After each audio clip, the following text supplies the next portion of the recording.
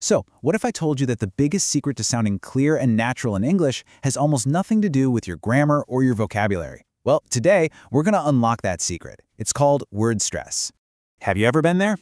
You've chosen the perfect words. Your grammar is totally on point, but the other person still leans in and says, "Sorry, what was that?" It's super frustrating, right? Well, today, we are going to fix that. You see, the problem usually isn't the words themselves, it's the music behind the words, the rhythm of your speech. And the absolute key to getting that rhythm right is something called word stress. All right, first up, the secret to sounding clear. Let's dig into why focusing on this one little thing can make such a huge, immediate difference in how you sound. Okay, so before we can really tackle stress, we have to talk about its basic building block, the syllable. Just think of it as a single beat in a word, and every beat has one vowel sound. So a word like fast has one beat. Person has two beats. Per-sin. And information has four. Information. Now, to really see how this all works, let's zoom in on one simple word that reveals everything. Banana. The word banana has three very clear syllables, right? Three distinct beats. Ba, na, na. Seems pretty straightforward. But here's the aha moment. A native speaker doesn't say banana with all three beats getting the same energy. No way. They say banana. Can you hear that difference? That middle syllable gets all the attention. That right there is the secret. It's what makes English sound like music instead of, well, like a robot. So, we know what it sounds like, but let's get a little more specific. Next up, what is word stress? Let's define it, and more importantly, figure out how you can actually produce it yourself. Here's the main idea. In any English word that has two or more syllables, one of them is kind of like the boss syllable. It's the one that gets all the emphasis, making it stand out with a much stronger and clearer pronunciation. So how do you make a syllable the boss? It's actually a combination of three simple things. You say the stressed syllable a little louder, you say it at a slightly higher pitch, and you hold it for just a little bit longer. Let's try it again with our example. Banana. Louder, higher, longer. That's the recipe. Okay, moving on to our next section, a guide to stress rules. Now, how do you find that boss syllable without having to guess every single time? Well, the good news is there are patterns, and we're about to look at the most common ones. But first, a quick reality check. The good news? Yes, there are some incredibly helpful patterns that can guide you. The bad news? Well, this is English, so of course, the rules don't cover every single word, and there are always exceptions. But don't worry, knowing these main patterns is still going to give you a massive advantage. Let's start with what is probably the most powerful pattern of them all. This one covers thousands of words.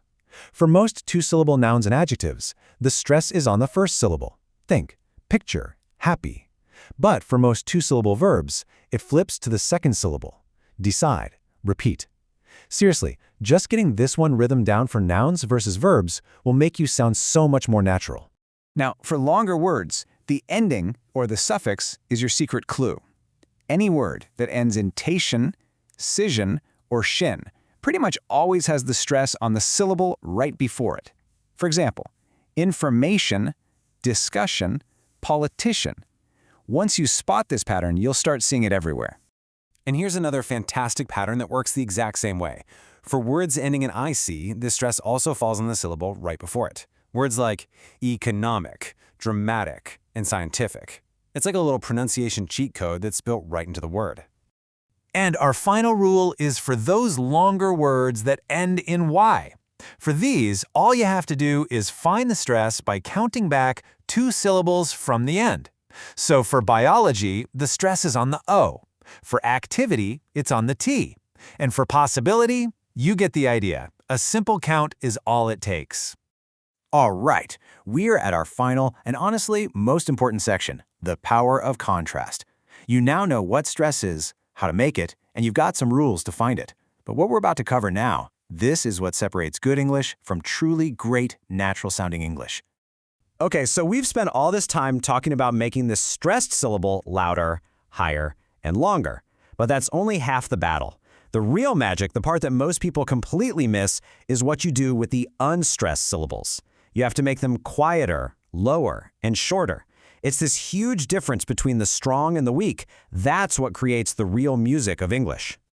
So what actually happens to those poor little unstressed syllables? Well, their vowels often get reduced to this really weak, short, kind of lazy sound called the schwa. It's just a tiny little sound. So banana is actually pronounced less like banana and more like banana. Those unstressed vowels practically disappear, and that's what makes the stressed one really pop. So here is your final takeaway, a super simple two-step action plan for when you practice. First, I want you to wildly exaggerate the stressed syllable. Just make it big and powerful. Second, I want you to rush through the unstressed syllables. Say them as fast and as small as you can. This is going to naturally create that critical contrast and make your pronunciation crystal clear. And that's it. That's the secret. You see, true clarity isn't about learning more words. It's about giving the words you already know the right music. So I'll leave you with this final thought. What's the one word you're going to choose to practice this with? To go from just speaking English to truly sounding like English. The change starts right now.